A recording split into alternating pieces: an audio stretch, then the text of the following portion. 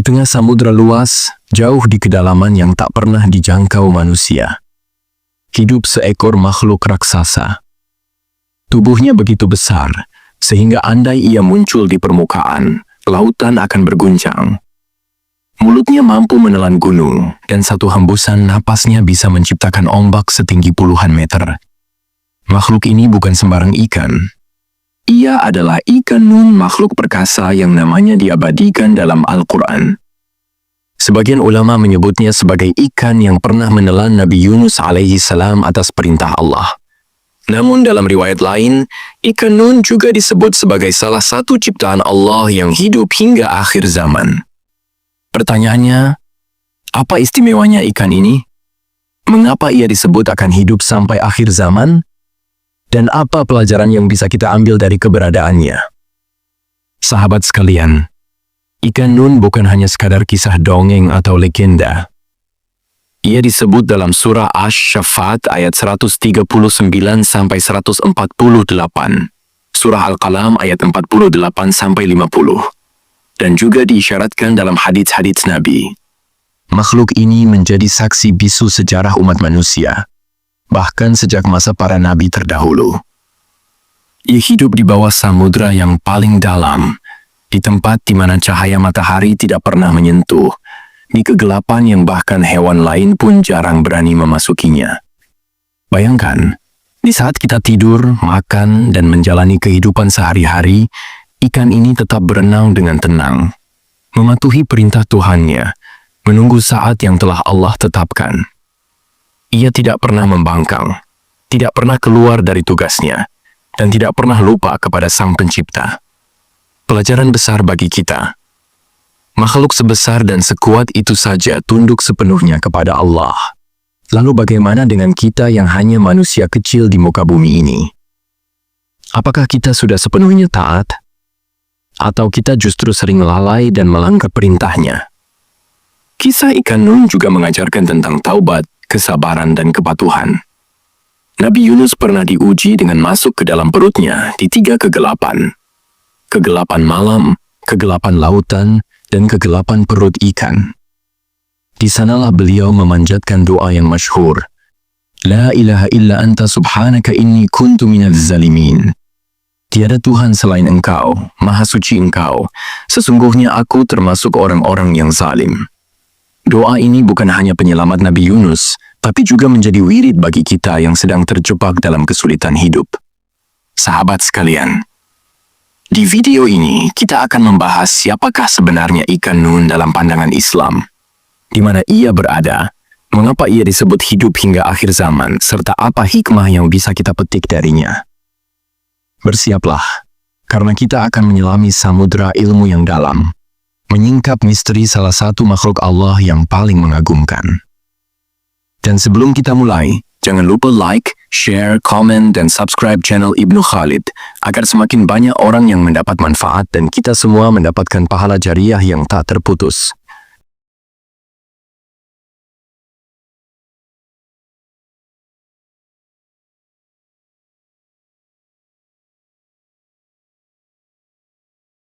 Sahabat Ibnu Khalid yang dimuliakan Allah. Ketika kita membahas ikan nun dalam Islam, langkah pertama yang harus kita lakukan adalah menelusuri dalil pokoknya. Sebab, dalam Islam kisah bukan sekadar cerita, ia harus punya pijakan pada wahyu atau riwayat yang dapat dipertanggungjawabkan. Maka mari kita mulai dari sumber utama, Al-Quran dan Hadits. Dalam Al-Quran, Allah menyebut Nabi Yunus dengan beberapa nama dan gelar. Yunus bin Matta, nama asli beliau. Sahibul Hut, pemilik ikan besar, sebutan yang menegaskan momen penting hidupnya. Zulnun secara bahasa artinya pemilik nun atau pemilik ikan besar. Salah satu ayat kunci adalah Al-Anbiya, ayat 87-88. Dan ingatlah kisah Zunnun, Yunus, ketika ia pergi dalam keadaan marah, lalu ia menyangka bahwa kami tidak akan menyulitkannya. Maka ia menyeru dalam kegelapan, La ilaha illa anta subhanaka inni kuntu minadz zalimin. Maka kami kabulkan doanya, dan kami selamatkan dia dari kesedihan. Dan demikianlah kami selamatkan orang-orang yang beriman. Ayat ini menjadi fondasi utama dalam memahami sosok Zulnun. Allah tidak hanya menceritakan peristiwa fisiknya di telan ikan, tetapi juga keadaan emosional dan spiritual beliau. Marah, tergesa-gesa, lalu menyadari kekeliruan dan bertaubat. Selain Al-Anbiya, ada 3 tempat penting lain di mana kisah ini disebut. Surah Asy-Syafat 139 hingga 148. Dalam ayat ini, Allah menceritakan kronologi ringkas. Yunus lari ke kapal yang penuh. Diundi namanya keluar. Terjun ke laut, ditelan ikan. Diselamatkan karena bertasbih. Dibuang ke pantai dalam keadaan sakit. Dirawat Allah dengan pohon yaktin. Diutus kembali ke kaumnya yang jumlahnya 100.000 atau lebih. Dan mereka beriman. Surah Al-Qalam 48-50. Ayat ini mengandung peringatan kepada Nabi Muhammad agar tidak bersikap seperti sahabat ikan yang tergesa-gesa.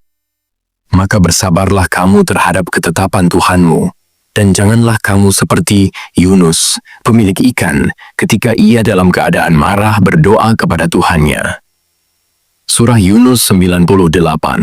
Allah menegaskan bahwa kaum Nabi Yunus adalah satu-satunya kaum yang seluruhnya selamat dari azab setelah melihat tanda azab, karena mereka bertaubat dengan tulus. Kata Nun dalam bahasa Arab memiliki beberapa makna. Huruf Nun dalam abjad Arab termasuk huruf muqatta'at di awal surah Al-Qalam. Nun, wal qalam. Nama ikan besar dalam beberapa atsar tafsir klasik, Nun dipakai untuk menyebut ikan yang menelan Yunus. Tinta hitam dalam bahasa Arab kuno, kata Nun juga merujuk pada cairan tinta cumi-cumi atau sotong. Dalam konteks kisah Yunus, sebagian mufassir seperti Ibnu Katsir mengutip riwayat yang mengatakan bahwa Nun adalah nama ikan besar yang menelan beliau. Namun perlu digarisbawahi, tidak ada hadits sahih yang menyebut nama spesifik atau umur panjang ikan tersebut. Sebagian besar riwayat tentang Nun sebagai ikan raksasa bersumber dari Israiliyat, cerita yang masuk ke tafsir dari Ahlul Kitab. Ada hadits sahih yang berkaitan erat dengan doa Nabi Yunus dalam perut ikan. Doa Zulnun ketika berada di dalam perut ikan. La ilaha illa anta subhanaka inni kuntu minadz zalimin. Tidaklah seorang muslim berdoa dengannya dalam urusan apapun, melainkan Allah akan mengabulkannya. Status hadits ini hasan dan menjadi dasar bagi umat Islam untuk menjadikan doa Zulnun sebagai wirid, terutama saat dalam kesulitan. Selain itu, ada hadits muttafaq alaih menyebutkan, janganlah seseorang mengatakan, aku lebih baik daripada Yunus bin Matta. Hadits ini menegaskan kehormatan Nabi Yunus di sisi Allah, meskipun beliau pernah melakukan kekeliruan yang membuatnya dihukum dengan masuk ke perut ikan. Dalam beberapa kitab tafsir dan karya-karya lama seperti Tafsir As-Salabi atau Al-Dur Al-Mansur karya As-Suyuti, disebutkan riwayat bahwa Allah menciptakan ikan besar bernama Nun. Di atas punggungnya terdapat bumi. Nun diciptakan sebagai salah satu makhluk awal penciptaan. Riwayat seperti ini tidak sahih secara sanad jika diteliti, namun ia populer dalam literatur kisah. Ulama yang berhati-hati seperti Ibnu Katsir dan Al-Qurtubi sering mengutipnya tanpa memastikan kebenarannya, sekadar sebagai tambahan cerita yang tidak dijadikan dasar akidah. Dari dalil yang sahih kita tahu Zulnun sama dengan Nabi Yunus alaihi salam. Nun dalam konteks kisah Yunus adalah ikan besar yang menelannya. Tidak ada dalil qat'i yang menyebut ikan tersebut hidup sampai akhir zaman. Fokus utama kisah ini adalah ketaatan makhluk kepada perintah Allah dan hikmah dari ujian Nabi Yunus. Sikap kita terhadap riwayat tambahan yang menyebut Nun hidup hingga akhir zaman adalah netral. La nusaddiq wa la nukadzib, tidak mengiyakan secara mutlak, tidak pula menolak mentah-mentah, selama ia tidak bertentangan dengan ajaran pokok. Sahabat Ibnu Khalid yang dimuliakan Allah. Kisah Nabi Yunus alaihissalam adalah salah satu narasi Qur'ani yang penuh drama, emosi, dan pelajaran hidup.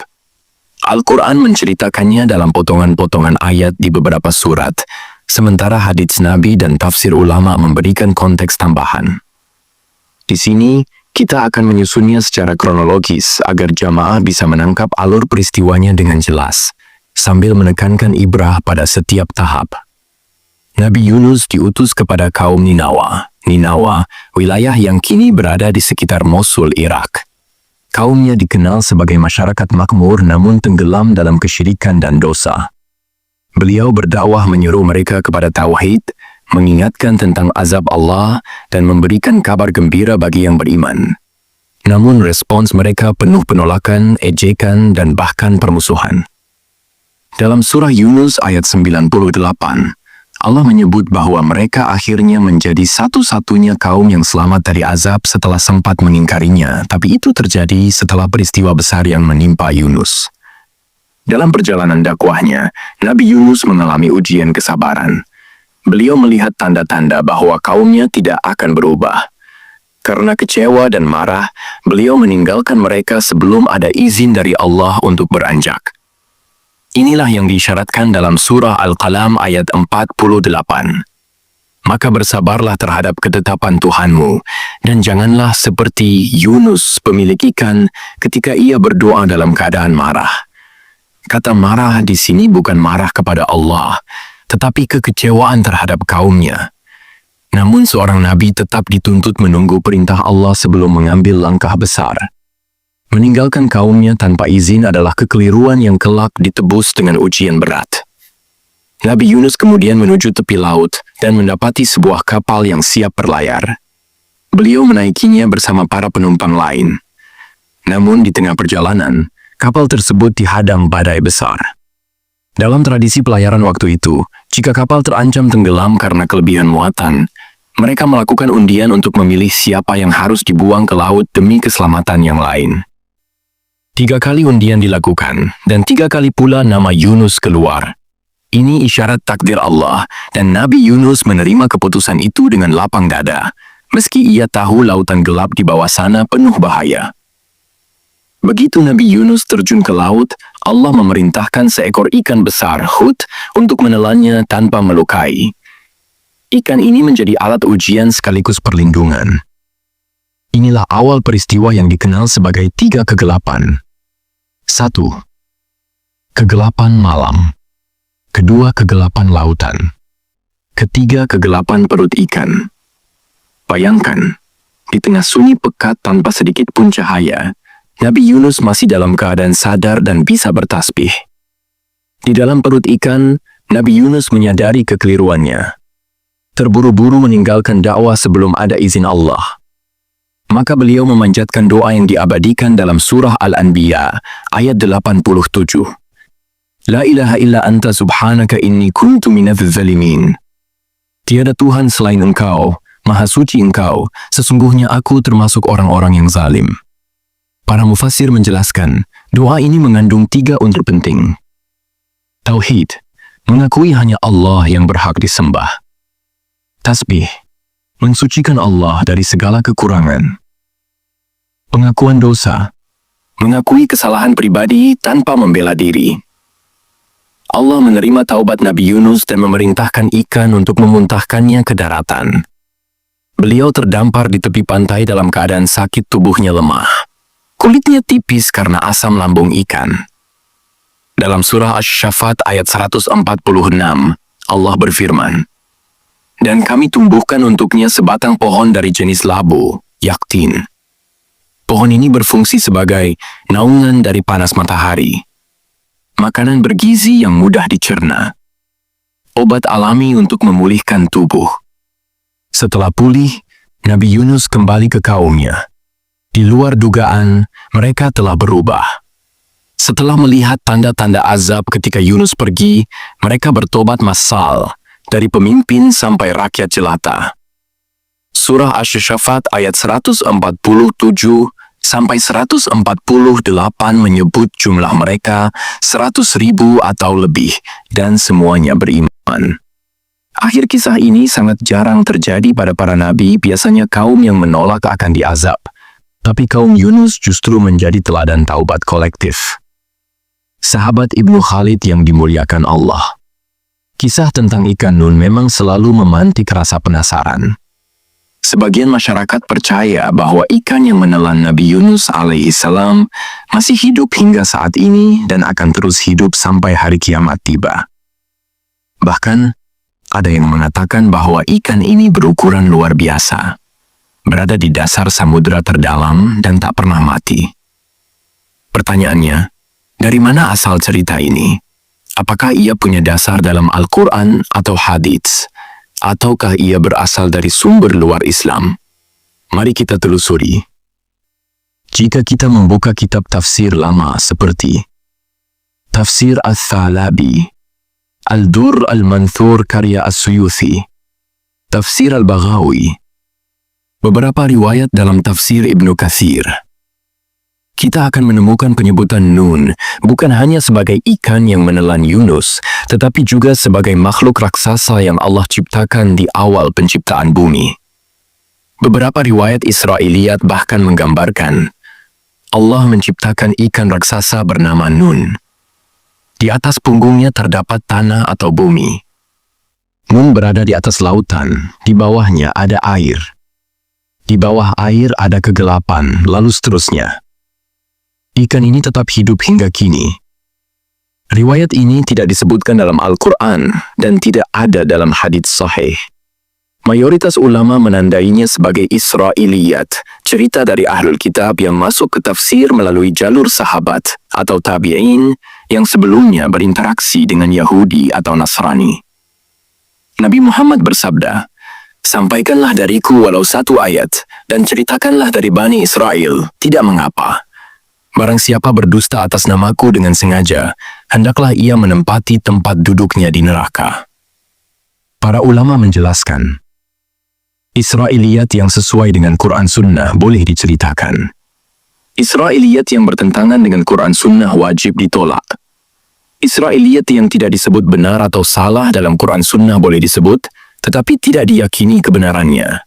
Sikapnya adalah la nusaddiq wa la nukadzib, tidak membenarkan dan tidak mendustakan.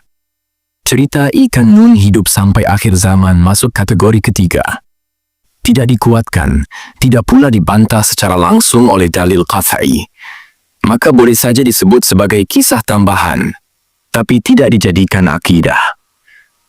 Telah dilakukan pengecekan dalam kitab-kitab hadits besar. Sahih Bukhari Muslim, Sunan Tirmizi, Abu Dawud, Ibnu Majah, Musnad Ahmad, Mustadrak Al-Hakim, Sahih Ibnu Hibban. Dan tidak ditemukan hadits sahih yang mengatakan bahwa ikan Nun masih hidup sampai akhir zaman. Yang ada hanyalah hadits tentang doa Nabi Yunus di dalam perut ikan, serta perintah untuk menghormati beliau. 4. Mengapa cerita ini menyebar luas? Ada beberapa alasan mengapa narasi ini menjadi populer. 1. Daya tarik imajinasi. Gagasan tentang makhluk raksasa yang hidup ribuan tahun memicu rasa takjub. 2. Pengaruh kisah Yahudi Kristen. Dalam tradisi Yahudi, ada kisah makhluk laut raksasa, Leviathan, yang hidup sampai akhir zaman. 3. Pengajaran melalui dongeng rakyat. Di banyak budaya, cerita simbolis digunakan untuk menanamkan rasa takut atau kagum terhadap kebesaran Allah. 4. Kurangnya verifikasi. Masyarakat awam seringkali menerima cerita dari penceramah tanpa mengecek sumbernya. Dalam menghadapi cerita seperti ini, seorang muslim harus mengutamakan Quran Sunnah. Jika tidak ada dalil sahih, jangan dijadikan keyakinan wajib. Tidak gampang menolak mentah-mentah. Selama tidak bertentangan dengan akidah, biarkan sebagai kemungkinan, tapi jangan diyakini mutlak. Fokus pada pesan moral. Ikan Nun adalah bukti kekuasaan Allah yang memerintah makhluk laut untuk menjadi penjaga seorang nabi, bukan fokus pada usia atau keberadaannya di akhir zaman. Sahabat Ibnu Khalid yang dimuliakan Allah. Kisah Nabi Yunus alaihissalam bukan sekadar kisah sejarah yang layak dikenang, tetapi merupakan pelajaran hidup yang relevan sepanjang masa. Dari awal misi beliau, keputusan tergesa-gesa, hukuman dan ujian yang diterima, hingga pengampunan Allah, semua mengandung mutiara hikmah bagi orang beriman. Mari kita bedah satu persatu. Nabi Yunus adalah nabi pilihan Allah, namun beliau tetap mengalami ujian kesabaran.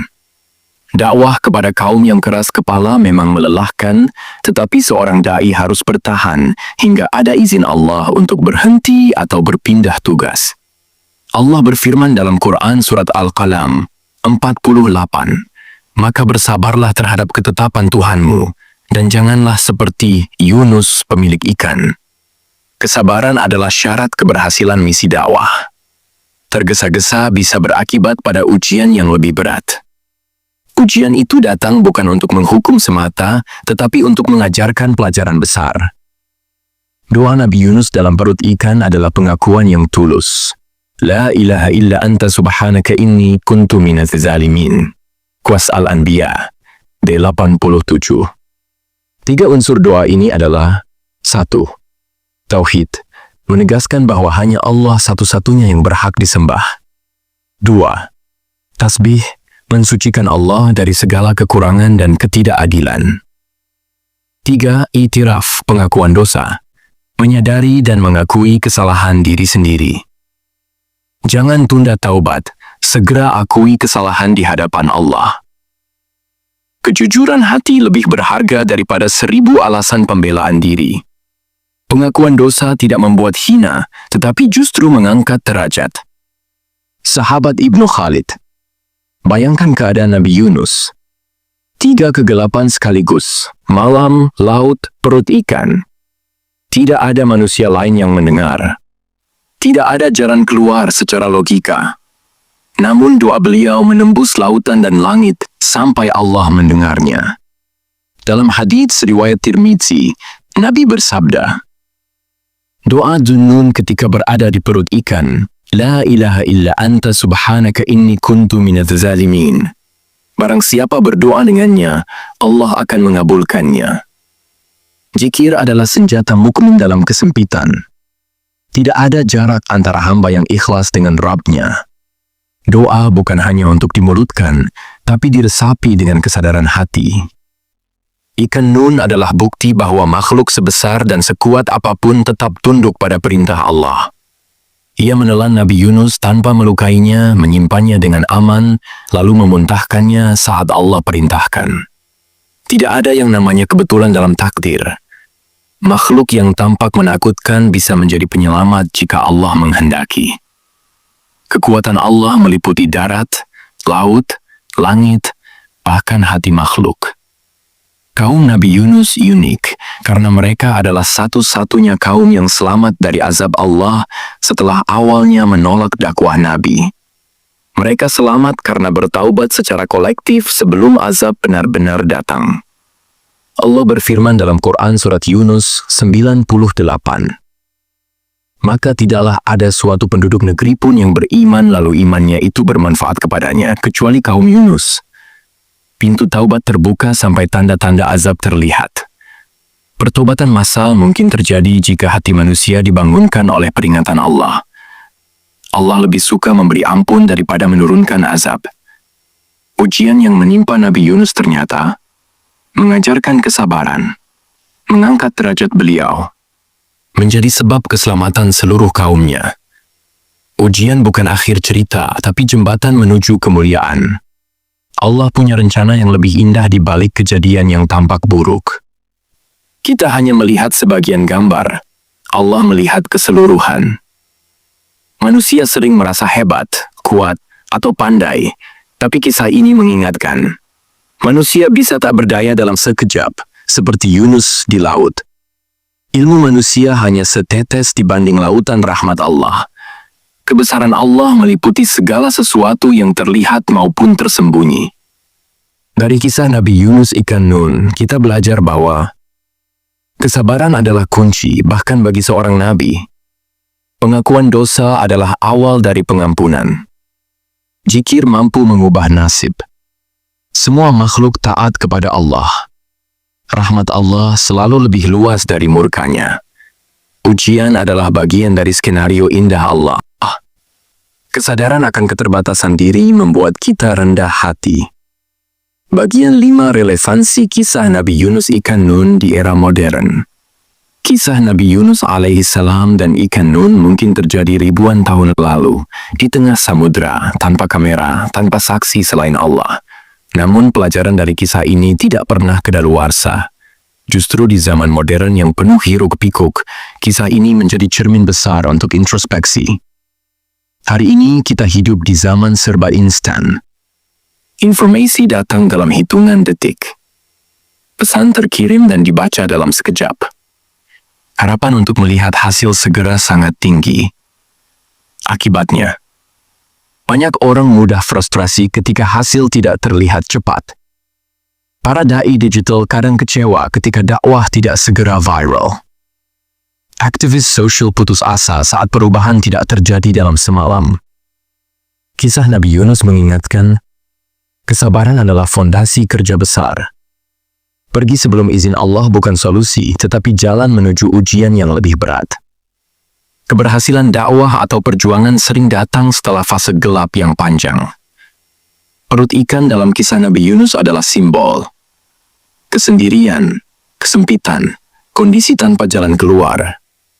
Di zaman modern, perut ikan bisa berarti krisis mental, depresi, kecemasan, burnout. Masalah finansial, terjebak utang, bisnis bangkrut. Keterasingan sosial, merasa sendiri meski punya banyak teman online. Pesan kisah ini,